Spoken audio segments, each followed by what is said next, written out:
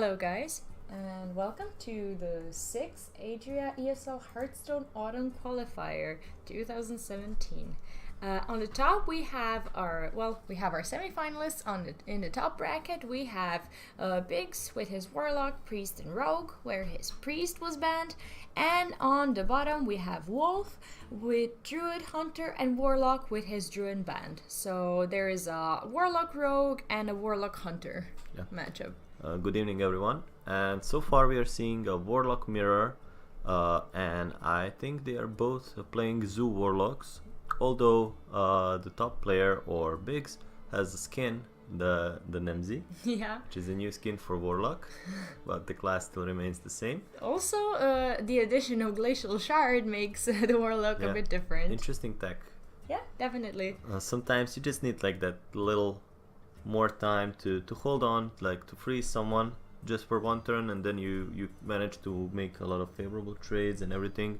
So that's why they are running this. On the bottom side we see a Doomguard being picked up, a nice addition to like a hand power, but the full hand of cards with Doomguard does not combine so well, but there is still three more turns until turn 5, and there is Soulfire in hand also, which is kind of a problem, but also there is the coin, which if he manages to keep it, might be the one that gets discarded. Also the worst possible pickup would be probably another Doomguard. Or a Gul'dan, Yeah. because then you need to really be careful, and you cannot really be careful because it's a random based. But Biggs decides to go with Darkshire Councilman here, playing on curve. Ah, nice curve, yeah. Setting it up and like preparing it for that growth. Not obvious turn for us for either of the players. There's a combination of 3+1 for Wolf, but I'm assuming that at least some of the players do run the Serenite Chain Gang, which might kind of fill out the curve.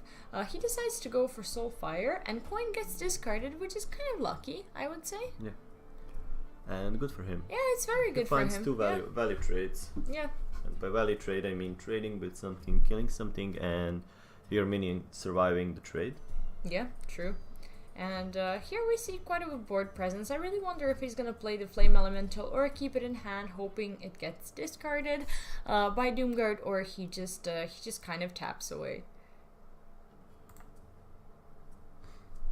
Yeah, he decides to tap, and I kind of agree with the decision. He really doesn't want Doomguard discarding anything valuable, and Flame Elemental is something sometimes just good to get discarded instead of something else. Finding up Prince, Biggs trying to buff his whole deck, and the Prince also for Wolf.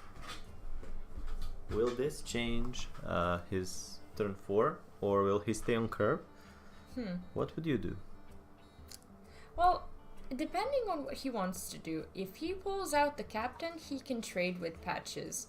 But this way, I wonder if he wants to play Darkshire plus the Flame Elemental. I assume he will go with the Darkshire first.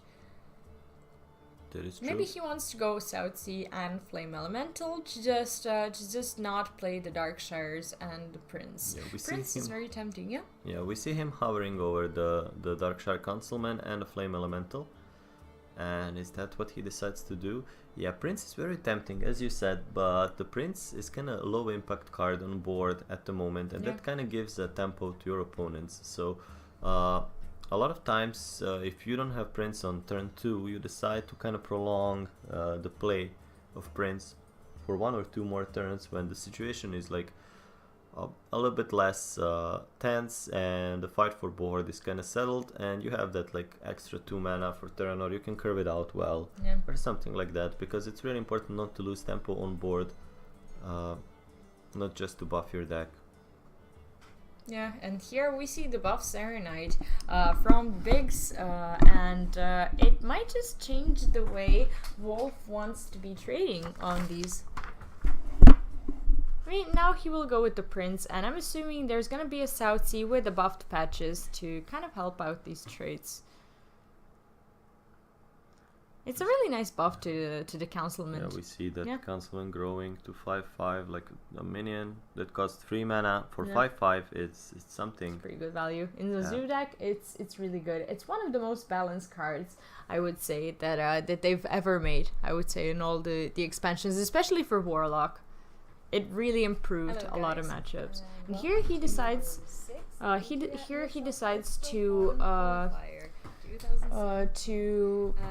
discard either his Bone Mare or his Doomguard. So that's an interesting decision.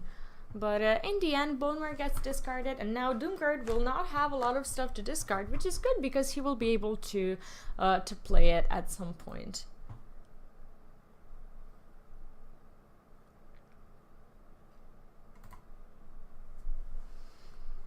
I wonder if he plays the Glacial Shard. I don't think he will at the moment. Maybe he just wants to find some minions that he could discard. But here he decides not to go for the Doomguard and to go with other minions to kind of spend them before he starts discarding.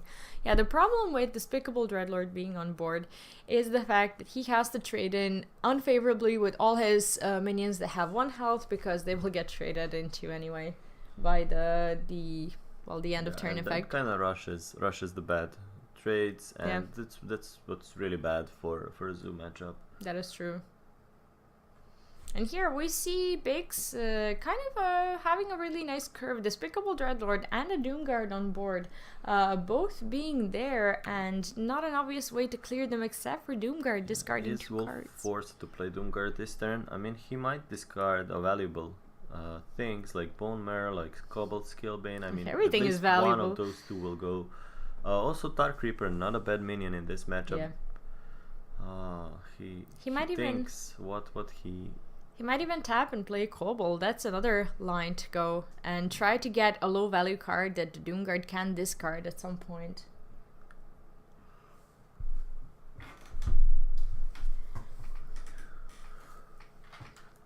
And he decides not to. Tap because his life total is a bit low, and he wants to deny his opponent ability to set up lethal in next 2 turns. Like, that's my best guess why this is happening.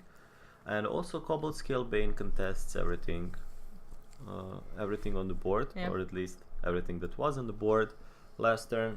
But now we see Biggs taking a time to like cement that board presence, and Doomguard being traded away is practically nothing in comparison to the board he has left over. Yeah, and I don't see a lot of ways to turn this around. I mean, he can struggle and survive for a few more turns, but usually this big swings are rare. Yeah, he can't tap anymore, and he has to play the Dark Reaper this turn, or Malchezaar Imp plus the Bone Mare, but he doesn't get the opportunity to trade into anything if he doesn't play the Doomguard. And he's risking the possibility of Biggs actually finding some favorable trades and just damaging that taunt permanently and vanquishing it with the end of turn effect. And after that turn, just going face. So I'm not sure if he's willing to risk that. We see that he's taking his time trying to see is there another line, because none of those we mentioned are especially favorable. And decides to go with Malchezaar Imp plus Bone Mare. A stable 6/8 taunt, but will it be enough to hold on the aggression? The Health Screen or the Biggs can place even more minions and kind of build up to that board presence. And if Biggs goes face, he's at Wolf is at 7 health, which is not a lot versus another Warlock with a lot of charges and the potential to call a big patches like here. Comfortably taps. By the end of turn, he already knew what he was going to be playing. Also, 2 1-drops. One of them may even be played to just buff that Darkshire Councilman, but I think his near victory is convincing enough that he might not even need that extra buff.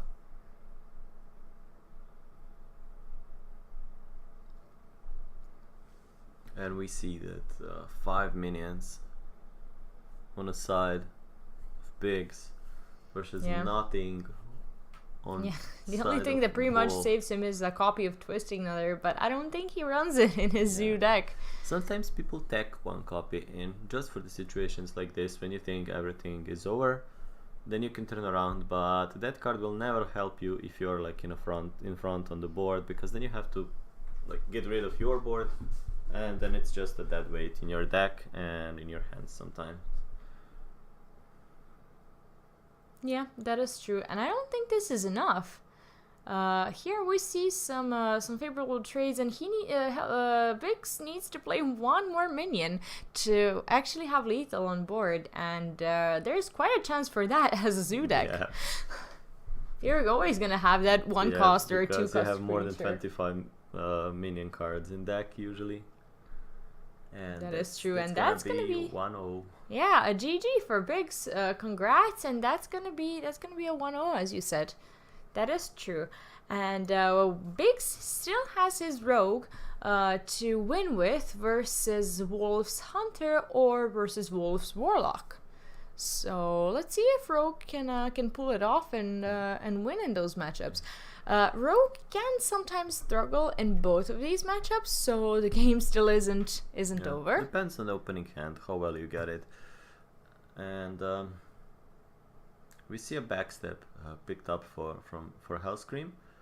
Also patches in hand, but I guess he will mulligan it.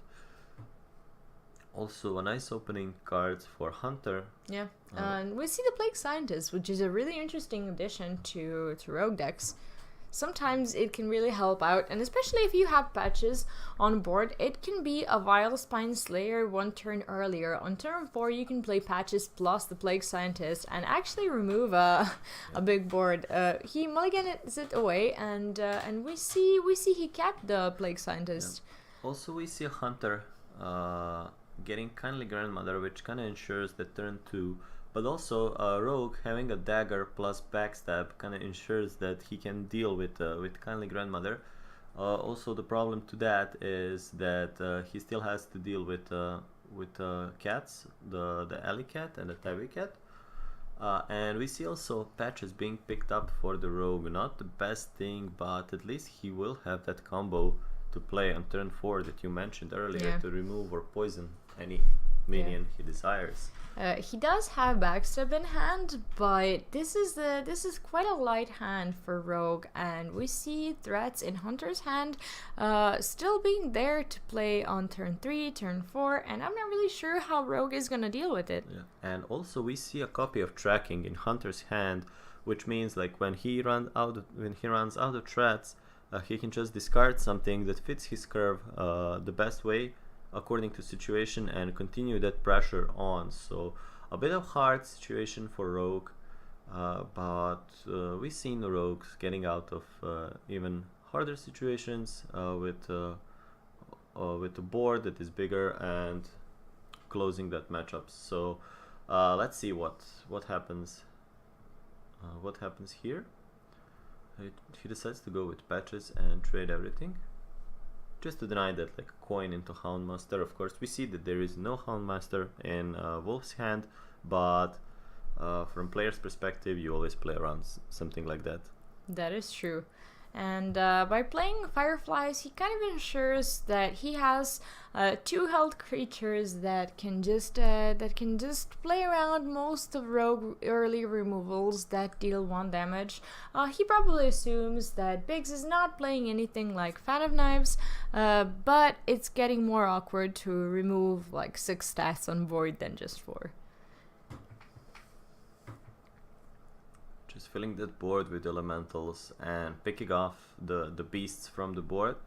You want to kill all the beasts if possible for Hunter, so he doesn't get any synergies. Sorry,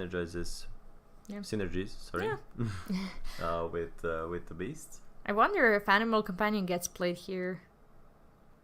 I think he's gonna wait a little bit with that Unleash the Hounds. Yeah, it's good value, but not good. Maybe he'll go with Tracking first, and then if he doesn't pick anything better for this turn, Crackling Razor Maw is great, but Savannah is also great because we know Rogue doesn't run. Next turn, if he sap. decides to use a coin, and as you said, like no saps in Rogue these days.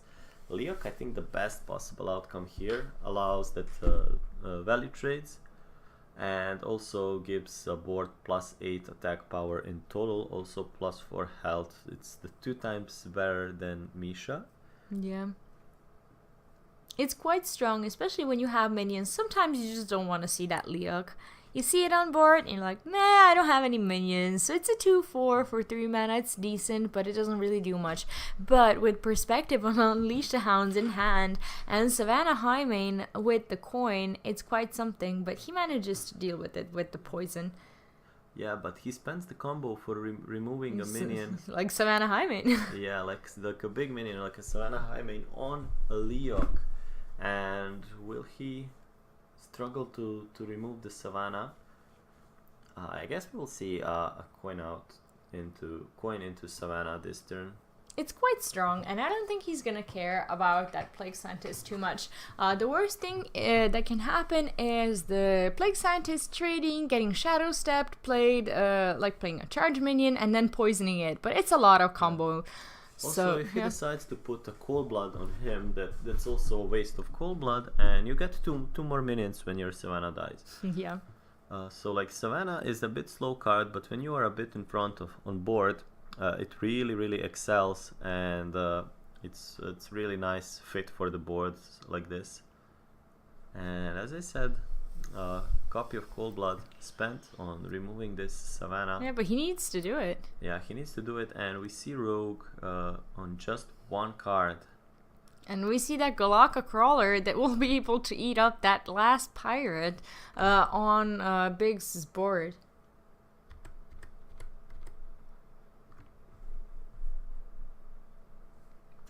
Yeah, as we said, there is a Galaka Crawler eating that captain. And yeah, sorry guys for not updating the results earlier. It is 1-0 for Biggs. So he was, as you've seen, the winner of the first match. And yeah, I guess we will soon discover who wins the other one. And quite a strong board from the Hunter. And not a lot to play from Rogue. Rogue at 13 health, which is really not a lot when you're playing versus a Hunter.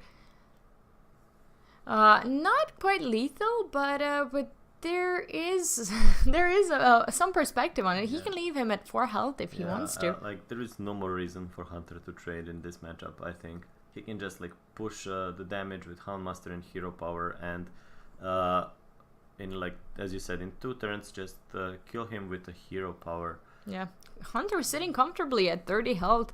Not a lot to be afraid of, but he does decide to trade to play around potential Bone Mare.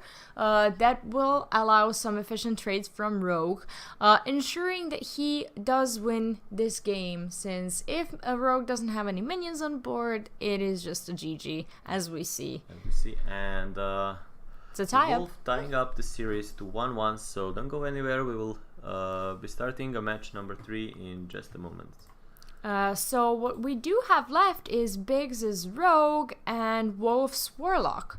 So Rogue versus Warlock, it's a very close matchup in this meta, I would say. So it all depends on the techs, I think. So it does depend whether a Rogue can stick a minion on the board that a Warlock can't deal with, like a Big Edwin or some minions buffed. And speaking of buffs, one of the most important things in this matchup is the Prince. Who gets it first and who manages to have those +1/1s on board? So Warlock needs to find a way to play the Doomguard and not to get into Wildspine. That's a huge pickup for a Rogue. And also, as you said, like the fight early on, like with the Prince, with the board, the one who established the dominance on the board first usually has more favorable trades and possibilities to combo and get even more out of his deck, which brings more board dominance and ultimately the win of the game. That is true. Here we see quite a nice hand from Biggs. Some early pirates and a possibility to use that poisonous effect on some early big minion that Wolf might be playing. And here he actually keeps the captain, recognizing that he might need to get those trades from the buffed patches. But unfortunately, we do see patches in hand, so the strategy of keeping the captain is gonna have to wait until, for example, turn 4, when he could play South Sea with the patches after he's played the Darkshire Councilman on turn 3. So everything might just work out. But here we see Rogue pushing back with his turn 1 and successfully clearing the board with his own patches. The Biggs knows how dangerous it is to let the minions from Zulok live long enough to get buffed and then find that favorable trades and start snowballing from that point on. So that's why he's not allowing his opponent to have any board, and that's the perfect state and how the Rogue wins this matchup. If he is able to clear his opponent board every turn and build just a little bit every turn, that's the safest way or safest road to victory in this matchup. Yeah, and what's really interesting, he has a choice of either tapping or playing the patches and trading. If he doesn't play the patches, there is an option for the Rogue to coin out the captain and keep it safe from trading into any of the minions. So I think that's what he's going to be doing. Also getting a 2/2 patches from the deck. Patches is already Patches is passed. Oh, my bad, guys. Sorry. I think we're gonna see that either the captain or the councilman, he really wants to stay on curve and contest that captain without his councilman being actually removed. Giving away a little bit of info that he has patches in hand also. Yeah, but I don't think in this situation that he's in, I don't think you can really affect it. So there might be patches just trading into that 4/1. Yeah, and he decides to go with captain or not. Captain plus patches is a solid play. If he does play the Serenite Chain Gang, he didn't have the prince, so they're not buffed enough, and the whole board practically contests them while having favorable trades. What do you think about Darkshire Councilman plus patches? Darkshire Councilman plus patches I think would be the best play here, because patches kind of needs to trade into that 4/1, and Biggs knows that there's a patches in hand, but I think his captain has gotten enough value. At least this councilman now contests the 2/2 pirate on the board rather than a 1/1. Because of the captain, and we see both players just having things to play regardless of who is in the advantage on board. And Biggs having so many things to play, he doesn't have time to play his hero power. We didn't see any daggering this game, and he decides to go for Cold Blood and SI. Quite good. I mean, he decides to keep his minion.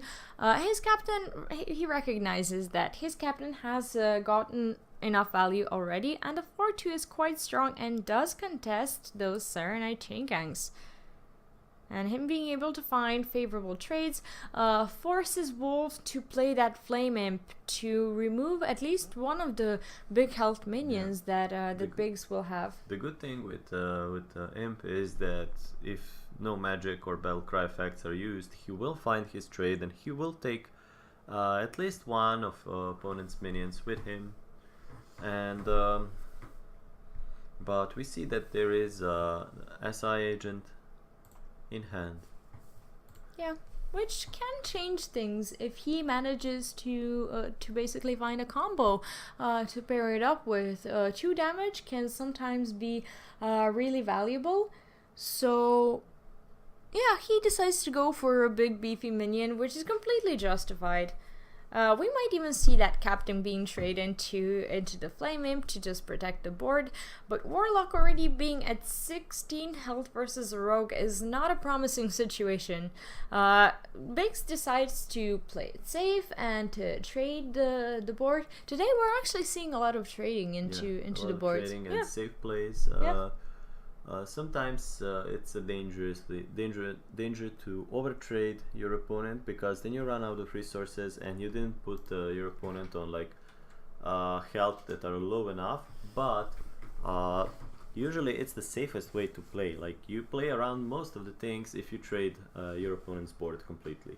So that's what we are seeing here. And Wolf decides to go with Elemental and Imp also. He needs to push that board, because if he doesn't establish a board dominance, his life total is running out. He will not have another chance to do so. True. I mean, we see a big board from Wolf, but will it be enough? Quite some mid game and late game in Big's hand. So this, I don't know, if he starts pushing face and finding ways to remove a lot of Wolf's health, maybe his board will just not matter anymore. Yeah. Also, seeing a bit of like unfortunate draws for Rogue. He really wants to draw like one low cost minion that will allow him to activate that combo cards that he has in hand. That is true. He decides to play the so-called naked SI and just push face, recognizing that Warlock needs to stop tapping into more cards if he wants to stay alive versus the Rogue. And here we see a Bone Mare that might just land on that captain in attempt to basically survive the next few turns. But I don't think that will be possible, considering the amount of health he has, and Rogue sitting comfortably at 30. Yeah, it's a big factor here. Although there is no direct way that Rogue can win this matchup,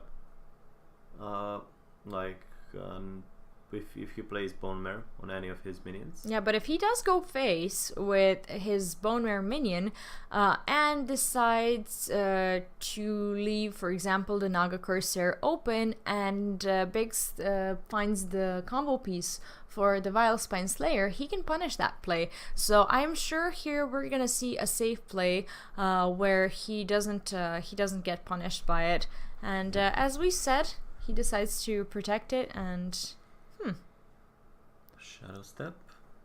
Yeah, Shadow Step not really what he wants to see. If he was patient enough last turn, he would have actually been able to have lethal with his SI, because he would have been able to Shadow Step it. Yes, that's true indeed. And well, he didn't know that he will get a Shadow Step, so that's a consideration. That is true. And no apparent way to deal with the board by Biggs.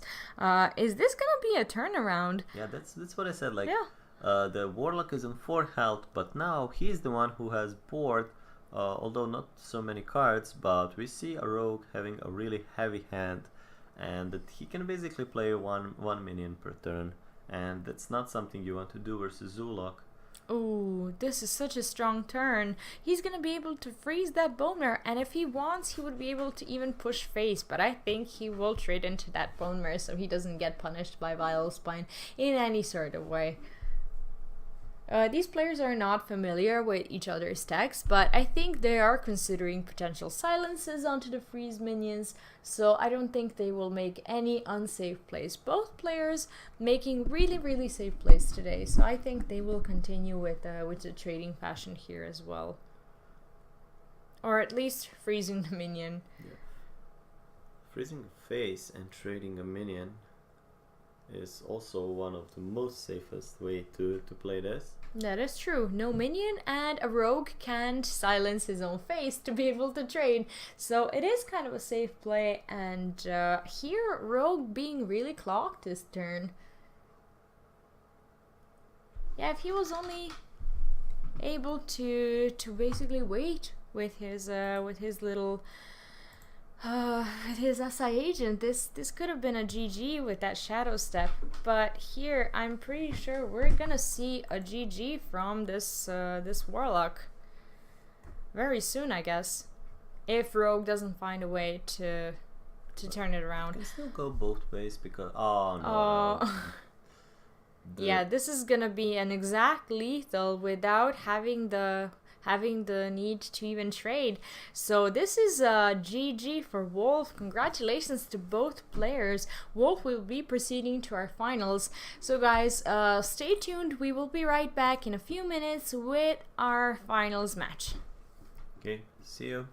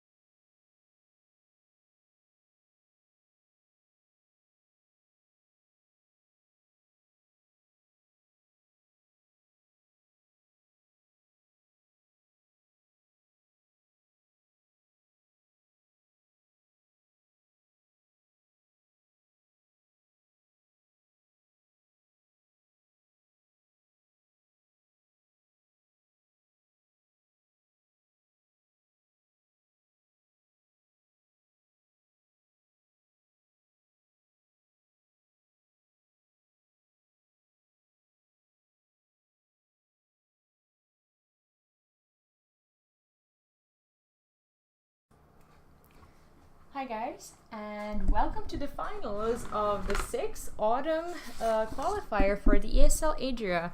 And on the top we see Wolf, that we've just seen in the semifinals with his Druid, Mage, Warlock and Hunter, where his Hunter is banned. And on the bottom we see Frexty, our new finalist, with his Rogue, Paladin, Druid and his banned Priest. First of all, congratulations to both players for qualifying to our final event by being the first or second on this tournament. And yeah, let's see who will take that first place. Yeah, Frexty with his, well, as we can see, with his Murloc Paladin, and Wolf continuing on his domination with his Zoo, choosing that as his weapon of choice. So we are yet to see how Frexty is going to handle turn 1. Probably going for the strongest and most safe turn health-wise, and going for a stable 1/3 minion that turns his hero power into summon a 1/1 Murloc. I think we might even see here a coin into Murloc War Leader, just because that allows him to trade so efficiently with 1/3, or the other option is the Rallying Blade that also picks off one of Wolf's minions, but as I said, Warlock War Leader also makes bigger pressure on board. That is true, and yeah, I mean, I think we might just see a minion rather than coin into Rallying Blade. It really feels bad that on turn 3, while we have minions in hand, to play a weapon rather than just handling the things on board. Also, the 1/3 that will turn into a 3/3 will still be strong, and there will be another 3 attack minion on board that contests those taunts and minions so nicely. But we're seeing Frexty really taking his time to consider every option, because this turn can be played on more than 10 different ways, like even combining the smaller cost Murlocs and hero powers and everything. Yeah. And he decides to go with Rallying Blade here. I mean, a safe play in a way that you protect your minion without having to trade into it straight away, and counting on Warlock not having the safest play. But we are yet to see what his plan is. Maybe he just kind of wants to go for a lot of smaller minions and then play a War Leader. But I wonder if that's gonna cost him the turn. Yeah, because this is a really strong turn from Warlock. Yeah, and we see that 2 value trades, being able to pick off the Murloc from the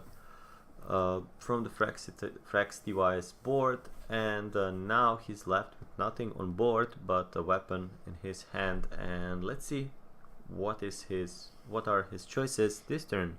On the other hand, he does have 3 1-drops that he can combine into a lot of buffed minions if the Grimscale, one of them at least, manages to buff the other one. So there might just be a board of really stable minions from Frexty. Also, there is a mind game, like if you play a Murloc Tidecaller first, then he gets buffed whenever you play a Murloc, but then that reduces your chance for buff from the Grimscale Chum to land on another Grimscale Chum. And there is another line of play where you play a Grimscale Chum and hope that it will land on one of those 2, and it's just like 50%. But he decides to go with like safe line of play, and we're gonna have a really strong Cold Light Seer. But the question is whether he's going to have something to buff it with, because all his all the Warlocks, the Wolf's minions, are showing quite a potential to successfully trade into it.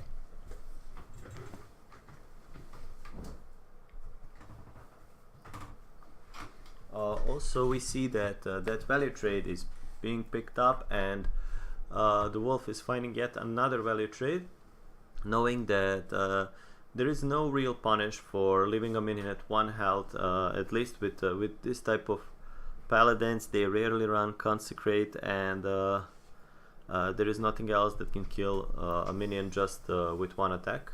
He either needs to overtrade or not trade at all. Yeah. I feel that he kind of missed out on that War Leader on turn 3.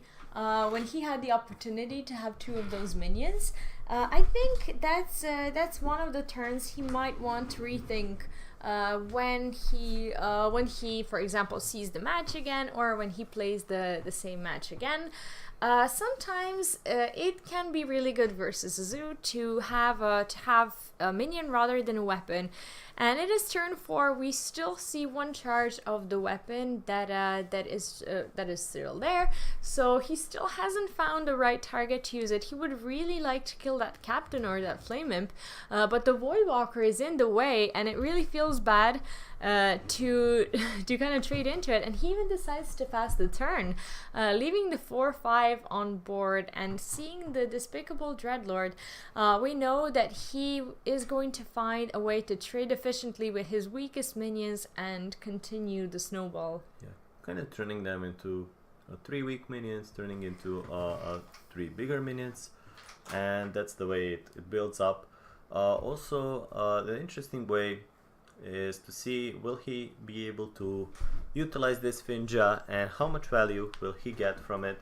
We also see that he has a Murloc War Leader in hand, and that he will be able to utilize it with the 2 Murlocs that come out of the deck if Finja finds a kill this turn.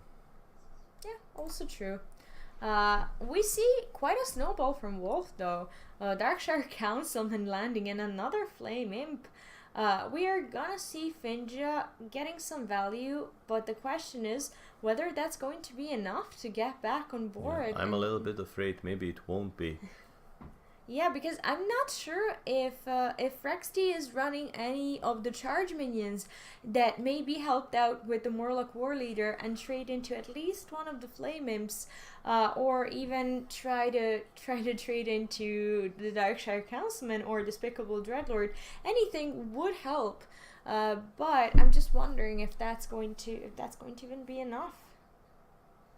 We see a paladin being at such low health that it's quite a consideration now whether it's going to be successful. Also, Soulfire being picked up from almost from the start, and also it can be combined with the Malkazar Imp, which will give him even a card draw and that burst, which most of the time in situations like this is just enough.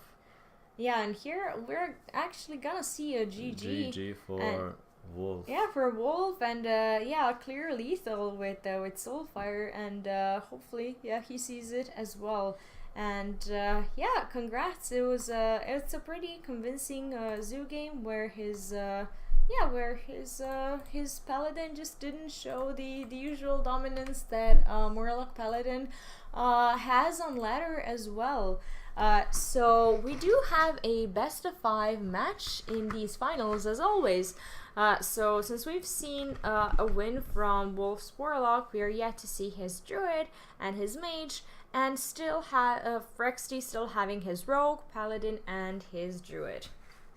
So we're just kind of waiting for the players to pick their classes. What do you think? What do you think could counter this Paladin well if you were in Wolf's situation? I don't know what type of mage he's running, but if it is some sort of freeze, control, or even a quest mage, it can be good versus that kind of a deck, because they don't have a lot of answers to like freeze board and then combine with Doomsayer. So if I have a mage like that, I will definitely put my money on it and go with that deck. Yeah, we haven't been seeing many mages in the semifinals and finals as well, but now we see Druid versus the Rogue. So Frexty deciding to go for Temper Rogue, and we see something that kind of looks like a Jade Druid from Wolf. Also, Golakka Crawler being picked up from the start. That can be huge. That can kill the Rogue's initiative on early turns, and we see already 2 pirates in a Frex hands. So I don't know. I think that Golakka will find its target early on. Yeah.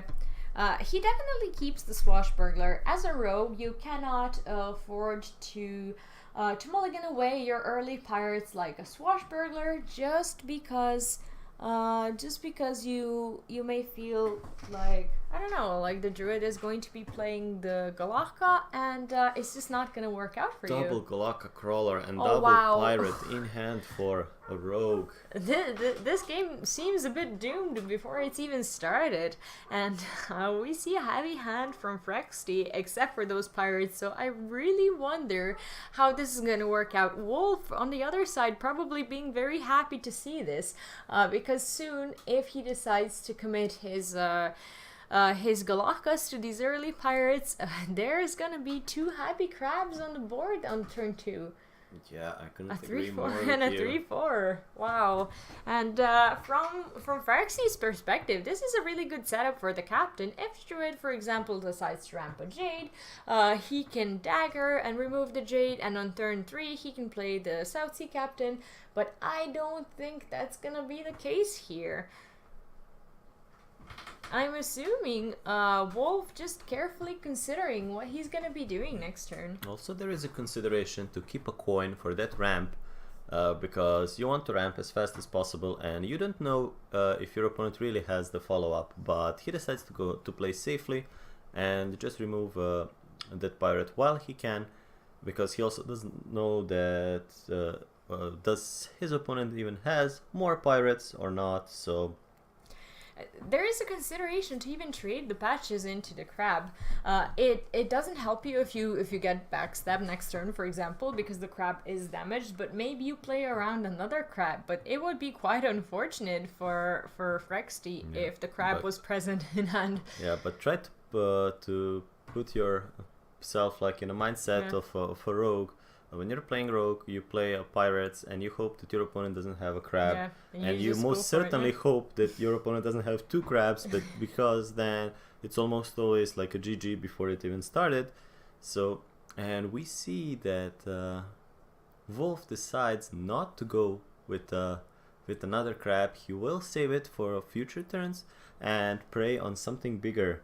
I can completely understand that, and South Sea Captain, this was a very good bait from Wolf. Rather than spending it on a 1/1, maybe he's waiting for that Naga Corsair. Yeah, really cunning move. I must say, and I like the mind games that are going on here, because you kind of know when you see one pirate that there will be more of them. They always walk around in groups, and that's why he's planning his strategy. He wants to get the best possible value from that crab, and also if he misses the ramp on turn 3, he just drew a Mire Keeper that will allow him to ramp up again on turn 4 and somehow stay on curve. And I think the 1 mana crystal wasted there is a small price to pay for a buffed crab and a killed rogue tempo that he will get. And here, if we actually see the crab being utilized, he would be off curve, but there would be a 3-4 and a 3-2 on board after he trades into the elementals. So that's another line of play. Yeah, they can really punish this rogue. Also seeing a corpse taker. Yeah, and we are still not sure if he has another Argent Commander, for example, in deck, or a minion that has Divine Shield. So not sure if that Corpse Taker will find a target. Fury. Ooh. A really unfortunate top deck. We will see. We'll see what's left. Maybe there's another Stormwatcher in deck. Apparently there are no Stormwatchers, but there might be another Argent Commander in deck with the double Divine Shield. So we see that the Divine Shield is present,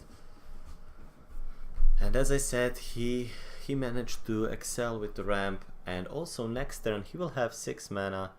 So if he finds out the Nourish, he can ramp into crystals and also utilize the Jade Blossom the same turn, which ramps him up by 3, going up to turn 9 turn after that. That's true. And also having a tempo on board, there is no reason to stop your ramp and stop your Jades from growing. Yeah. And now if he decides to play the South Sea Captain, he knows that there are definitely no more crabs, so at least the pirate won't be eaten. Unfortunately, it would just get traded away. Yeah, I mean the pirate suffered enough damage, and he decides to contest the board for now. He's like, yep, I have another pirate. What are you gonna do about it? And what would you play for druid here? Will you go for like a taunt, or will you go for double ramp here? I would definitely go for Aya, actually, Uh-huh. because my health is not in danger at turn 6 at 27 health. I wouldn't go for ramps because it just doesn't give enough board presence, and somehow you want those rogue minions not to be able to trade so efficiently. You don't want to allow rogue to come back on the board, and I think you do go for Aya here. Really, really nice observations. And also it's time to start ramping that Jades. We see that Argent Commander can be utilized here to remove the Aya from the board, but that will just spawn another 2/2 minion. He will fall a little bit behind on the board, but we see, oh, actually he's not trading, he's going face, and he says like, you know what, if you want this away from the board, you will have to trade it. But Druid, having so many cards and so many different ways to play this turn, he might just find a punish for this play. We see quite a few of ways to remove the Argent kind of. I just really wonder if he's going to commit to that. He has minions to play. Yeah. He can double ramp. He can play his behemoth. He can ramp into another ramp. So many ways to play this. I think in this situation the good move would be to double ramp this turn with Jade Blossoms, and then you can see what's happening. Like, are you going into a turn 10 with the ultimate infestation, or you can just draw cards with your nourish to kind of fill up the curve, because he has a +4 ramp and he only has a need for +2 ramp to hit that like 10 mana cap or like maximum. Yeah. So I would really like to see a nourish being like preserved for a case that he needs some card draw. I think we're gonna see ramp here though. Or maybe even cards. Yeah, he card. goes for cards because he's already at 8 and he doesn't feel pressured. Yeah, maybe he was just going for the potential ultimate infestation that would ultimately break Rogue on his turn 10. That's also another line of play. Sometimes having a lot of cards and not having enough mana can be really dangerous versus a rogue, but in this case he feels quite safe with the amount of cards We he also has. see an MC tag being picked up, which means if rogue ever gets more than 3 or 4 minions, he's in danger of like playing a Dirty Rat plus MCT, or just MCT if there is like 4 or more minions. Also you want to play a Spreading Plague before that, and that way you kind of establish your dominance over the board no matter how big it is for your opponent. And he ramps into 9 crystals and plays that Jade Behemoth, just ramping a mana a little bit, ramping a Jades a little bit, and usually with the Druid, when you have a turn where you ramp both the mana and the Jades, you are having a great turn. That is true. Quite a few ways to play this turn out. A Stormwatcher having Wind Fury allows some trading, and also we see Cold Blood in hand. Do you think we ever put Cold Blood on a Stormwatcher and just trade efficiently? Sounds interesting, but I would like to see. I would like to see it. Also, there was a possibility of Lunar Visions. I know that it's not tested card, but for Rogue it can really excel. But here, 8 damage to face and such a comeback from Rogue with Yeah. a terrible start. But we see that the Wolf already picked up a solution for this 8/5. He can swipe it and then red it to draw a card, or he can play a Spreading Plague and just hide behind the taunts for 1 turn. We'll see what's his line of play will be. I mean, the game still isn't over. Sometimes the games seem like you kind of want to concede on turn 1, turn 2. But I think in a tournament, when you get to the finals, you don't really want to be that person who concedes. You want to see it till the end, right? Yeah, I think so. And I think it's a really nice experience for these players to at least try to kind of, turn the tables around. And we've seen many tables being turned in these finals. So players from their previous experiences of watching the tournament know that in this tournament you can turn the games around. So why wouldn't you? A Bone Marrow, a huge pickup and a power card for at this situation. If Rogues decides to go all to face, his opponent will be left with only 3 health. He can leave it. Wow, he can leave it at him at 3 health, and I really wonder, is this rogue going to pick up a win after that catastrophic turn 1 and 2 with those Galakas? Steve being picked up, not the best card in the versus the aggro matchups or like zoo matchups, because it tends to be a little bit slow. As we see now, if he plays a Medivh, he will be long dead before he managed to utilize the value from that stuff of his. Yeah, now I'm pretty sure we're going to see that spreading plague and possibly trading into the 7-8. A few unfavorable trade-ups, and then yeah, I think we're going to see that, because that will actually buy Druid quite some time. I agree. Just remember, never sign a player out of the tournament before the game is over. As you can see, there is still a chance. You know, maybe Rogue loses this game. Maybe the Druid top decks UI and just finishes. If this Corpse Taker gets played, she will only receive a Divine Shield. Yeah. Because we saw another Divine Shield minion that is yet to be found in a Rogue's deck. And also the Wind Fury has been spent in the form of the Stormwatcher, so... Yeah. And Lunar Visions decides to draw cards, and Swashbuckler being really cheap, and also Bone Mare being cheap. That's actually a huge tempo gain. He can remove both the taunts and hit face. Wow. That's... finds a lot of cards that he can utilize. He needs to like overthink everything. I think we will see Bone Mare on a 3-2. He will try to protect his board as much as possible, and we see another damage probably being spent to, you know, damaging the face. But he's in MC tech, and if he managed to steal the 7-5 from the rogue, he might even get out of this, because then he can find a few favorable trades and that way survive this like turbulent few turns. Because MC Tech being really strong here also. If you let Druid play the ultimate infestation, he will stabilize, but the worst possible outcome and no taunt in hand. Will this be a game? I think this is gonna be an amazing GG for Rogue if Druid doesn't find anything that he needs out of the Wrath or out of Nourish. He will do his best, but there's not much he can really do. You can find a swipe, but if you're banking on finding a swipe, you should have traded a bit differently. Another MC Tech, and wow, what a GG for Rogue. Yeah, nobody would expect that, like with the full hand of Pirates and your opponent with the full hand of Crabs, that you will be able to manage to win this. See guys, it's never over. Believe in your players. Yeah, fight till the end, and sometimes the game will just reward you. A That tie is up true. to series 1-1, and we are in for a long tournament.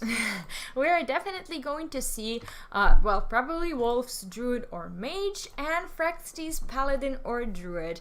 None of the Druids still managing to find a win, and yeah, we're yet to see what kind of Mage he ends up playing. Yeah. Well, there is a mind game, like Paladin is better versus Druid, but it's weaker versus Mage, and Druid is like 50% versus Druid, and it's better versus Mage. So I think the Frexity will have like a slightly better chances if he goes with Druid now. He'll have a slightly better matchups on the paper. But of course, the last game showed us like the percentages and chances are not to be taken completely seriously, because if someone says you have 2 Pirates in Mulligan and your opponent has 2 Crabs, what are your chances to win this game? You said like, yeah, you're not winning this one. But and you will probably, if they tell you, you will probably not play those Pirates, but if you happen to play them, you're not going to feel good about it. And as I predicted, like... Frex going with his best possible lineup, and we see Deathwing in the opening hand, which strongly indicates that this might be an easy druid. Either that or a really strong tech versus classes like Rogue, or even some aggressive decks like Zulok, where you don't really need your minions, you have good top decks, but you really want to get rid of that board. We didn't see any Jades so far, and I saw a lot of ramp being played around. I mean, when you think about this hand, this isn't, as we could have predicted, a quest mage. This is a tempo mage with his own mirror entity, so it can be quite a strong deck versus the druid. Especially that mirror entity. If he utilizes it well, if he finds out like up against what he is, he will manage to get a huge minion, because there are certain turns when druids can play a big minion, and they kind of have to play it that turn, because that window of opportunity will not stay open for long. And if you place the mirror entity, they kind of have to fall into your trap directly. And we see another mirror entity being picked up from the deck from this Arcanologist. Oh man! Wow. And quite a heavy hand from Frexty. I wonder if he commits to wrathing this minion for 3 and not drawing cards. I mean, a Mire Keeper contests the Arcanologist really nicely next turn, but I think he really wants to do that before his spells get counterspelled. He knows that Wolf has drawn some secrets with the Arcanologist, and that is pretty dangerous. And he kind of has everything the druid needs. He has double ramp, he has a huge minion to play, he has a DK, and he has ultimate infestation when he spends all of this. That's true. And the first mirror entity being procced. I mean, mirror entity, yes, it gives him a 3/3, but the druid managed to ramp, and it might just help him get to that Malfurion turn faster, to that ultimate infestation faster. We still don't see the counterspell in Wolf's hand. As long as there's no counterspell, that swipe and that UI are considerable threats regarding the ramp he's obviously planning. Also consideration, Wolf doesn't really know that he's up against a big druid. So far this could have been a normal, ordinary ramp Jade Druid, and that moment is a really huge shock and a surprise. But he's playing really nicely, considering that he's pressuring face enough so that he will put the druid on a clock and force him to maybe spend some removals instead of ramping up into the bigger minions faster. I wonder if he really wants to ramp here. I'm pretty sure he's also considering the possibility of swiping that Mana Worm that can be really dangerous next turn. We see him not having a lot of spells, but still, I think now he might just regret playing into that mirror entity. Maybe he was just afraid that swipe would not get proc because of the counter spell, but giving Mage more minions on board, and wow, look at the amount of burn he has. Also, consideration, he didn't even ramp. He was like, I will put as much pressure as I can on board this turn, and by doing that he fall directly into the trap of Mage, and now Mage in a really good position. Yeah. And he might even consider just kind of burning the face already. Yeah, I mean, Fireball plus all the damage from the boards are 18, which puts him on 5 health, and we see that he has yet another copy of Fireball in hand, which means that if he doesn't play a Malfurion, the Pestilent, the game is over. So you kind of asking your opponent to have that one card, and only that one card that can save him, and nothing else. And we see it in Frexty's hand, though. Yeah, we see that he in fact has that card, but the game is not over. And as I said, he puts him on 5 health. But he does have another Fireball, and we see a Fireland's Portal as well. He might not even just need the board anymore. Yeah, he can finish the game with the damage from the hand, and he will have that tempo 5/5 that will cost 0 or only 2 mana. Yeah. And Frexty recognizing the threat and deciding to armor up instantly. I wonder if this is gonna cost the Mage. Yeah, and he goes with the poison. No. No, Oh, this sorry. is no. Sorry, we the animation. Yeah, The way it showed, it was really, really weird. Yeah, he went to the side where it said poisonous, but then somehow he got taunts. So yeah, just an ordinary pick. Taunts being picked up to protect that face even a little more. And now Now He we need- see, yeah. he needs to calculate because Druid now can heal for 3 every turn, and that can kind of grind out the damage you have in hand. So you might need that board for a little bit longer. True. But I definitely think it was right to play all the damage to the face in a turn before, because you were asking for that one card, and if there was no Malfurion the Pestilent, there will be a GG. Yeah.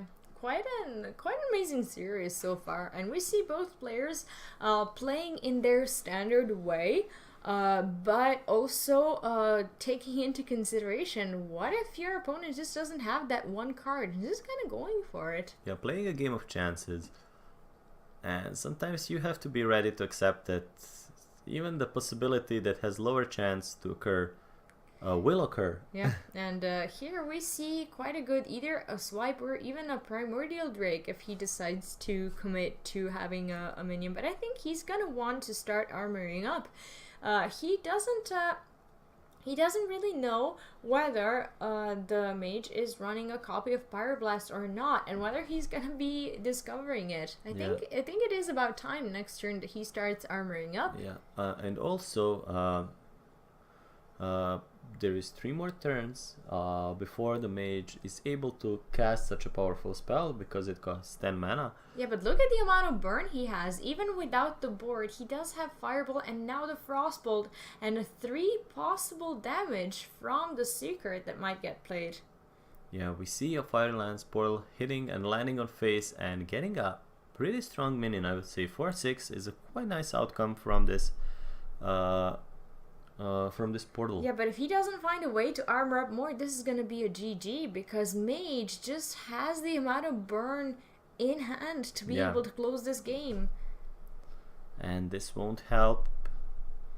Yeah, Spreading Plague, a nice taunt he has there, but Mage is not going for that board full of minions. He's going straight for his face, and with Fireball and Frostbolt, this is gonna be a really fast GG from Wolf, and a win with his Mage. Yeah, he even had a ping after that to kind of utilize 1 more damage, but it wasn't needed. So Wolf leads again with 2-1, really close series, and I can't wait to see who wins the next round. Yeah, so what remains is that Wolf kind of finds a win with his double Crab Druid.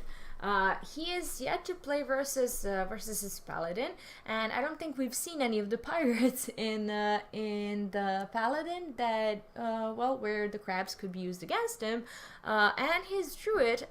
We still have not seen that Druid, so we don't know if it's aggro or if it's actually the Jade Druid. From Wolves? From Frexty.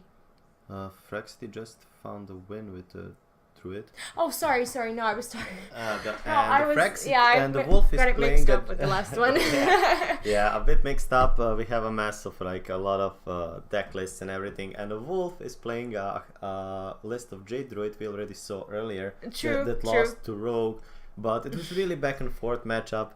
And sometimes, like after a long day of casting, you kind of mix up a few games, especially here when and you there. mix up the list you have on the table. Sorry, guys. Definitely, we have seen the Frexty's Jade Druid, and we see that so far we are not seeing any of Frexty's potential pirates that Crab can utilize on. Wolf recognizing it and deciding to mulligan away the Crab as a 2 cost minion that can be played in early game, and deciding to go for probably for ramp, just kind of looking for it. Yeah, both players kind of knows what they're up against, because they played they saw each deck of their opponent, and now they can like adapt their mulligan and everything to best possible way. So we see a Rockpool Hunter being played without any additional value, just for the tempo and for a future for a future buffs and synergies with other Murlocs. Yeah. And I think we will see another rock pool being played here. Yeah, I don't think there is need for the Murloc War Leader, and a 3-4 that contested nicely, kind of plays into Swipe, but I don't think Swipe is really what you want to do right now. Yeah, he considers coining into Hero Power, I guess, here, but that's playing into Hero Power a lot. And if you have no like way to know for sure that your opponent doesn't have a swipe, I think you should preserve that coin and utilize it a bit later, where you can achieve something that is sure, or it will give you a bigger tempo. That's true. And we might just see the ramp here and Hero Power into that rock pool, just kind of getting rid of that 3-1, leaving one minion on board and getting to turn 9 next turn. Turn 9, and the Paladin is at turn 3. Have that in mind. Well, 4, but still having a 4-drop on curve if he decides to settle for 1 Megasaur and just kind of get value out of that 1 minion. Oh, quite decent. Not playing around the Spellbreaker too much, but giving a considerable amount of tempo and not allowing a play, for example, like Medivh. Sorry for interrupting, but he already saw 2 Galaka Crawlers and an MC tech in Druid's deck, and I don't think there is much room for another tech in his deck, so maybe he considered that and decides to play a Blessing of Kings, or he just want to kind of put the Druid into a hard position where he needs to deal with a huge minion that is on board. And but he also should consider the Druid has just played his Medivh on turn 9. Is there a UI in hand? Is there going to be a 5/5, a 10 cost minion, and 5 gain armor plus 5 cards next turn? So he really needs to consider that when he thinks about his hand and what he's gonna play. Because sometimes you don't really want to give Druid that perfect target for the UI. For example, like Cobalt Scalebane. Sometimes you just kind of want to go wide and just make sure that doesn't happen. Also, I consider a dinosaur quite a good target for a UI. But he kind of have no way to play around it, and we see a Shrouding Mist, Liquid Membrane, or Massive being picked up. He can force some trades by picking up a Taunt, but he decides to go for face and try to close this game before Druid starts snowballing. There's Spreading Plague, also quite a nice 6 cost minion incoming if he decides to go for taunts. And here the order does not matter, so he will go for the 2/1/5 taunts and just trade, and a Cabal Trafficker, a really nice one. Refill your hand with sometimes useful demons. I must say sometimes, because sometimes you really cannot utilize them. But it's always good to have something. Yeah. Better something than nothing. That's true. And yeah, sometimes it can just give you that one Abyssal Enforcer, or that one even Jiraxis that can just kind of help you gain some value and win the game. And here we see the wrong crab, but the crab nonetheless just being played for the tempo. He knows that he will not get punished by playing with more minions, because he really assumes this Druid is not running, this Paladin is not running any of the consecrations. And we see quite a nice taunt, discarding a few cards, but if things get rough for the Druid, he has a backup plan now, and that's also something to consider.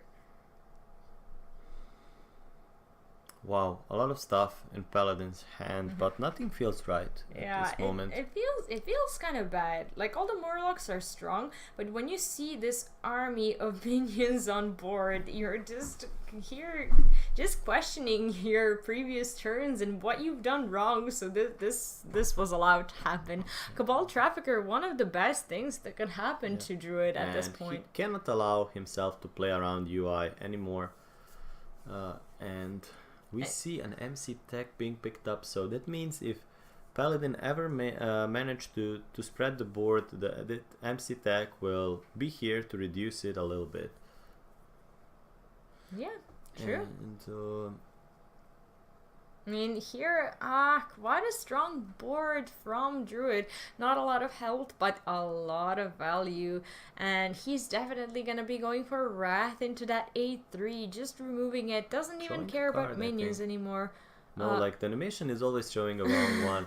Like it's sad that like 1 damage, draw a card, but we see that it's 3 damage. Yeah, there is a spectator bug, but nonetheless we see that he is using his damage rat, not even caring about minions anymore. He has that Cabal Trafficker that will just allow for additional value if he ever needs it, and so far he feels pretty safe. And even playing the Jade Behemoth to just ramp up his Jades and Yeah, getting stronger on board, like ramping one or another, and his Jades are at 1/1, not so big at the and moment. another taunt. Yeah, and this one is way better. You pay with 1 mana, but you're at the maximum amount of mana, so it will just get refilled next turn. Otherwise, you won't be getting any, so that's it. And this Tyrion will be contested by this board because he has a really handy way of removing that Divine Shield with 1/1 minion. And we might even see a swipe or something. Card draw, and yeah, having 2 taunts in hand, having both Jades to ramp them up, having an MC tech if Paladin goes crazy with his minions. Ooh, just having all the tools to possibly even close these finals. And putting your opponent on a clock with a lot of damage. And I think we will see both Jade Idols playing into Jades. Just for the pressure. No, he decides to shuffle it and play safe in case this game prolongs, that he doesn't run out of cards or something, and he is satisfied with his board state as it is at the moment. Ooh, there's quite a powerful demon that pretty much everyone has access to if they do have the legendary card, but there it is in Wolf's hand. So much value not even needed at this point, and Paladin kind of running out of health, and not a minion that he could play with He is Bonemer. not prepared. No, he is not, and with this, Wolf is closing these finals with a 3-1. Frexity getting a 1 win with his Rogue. And yeah guys, I guess congratulations to our finalists, and just a quick hello from your casters.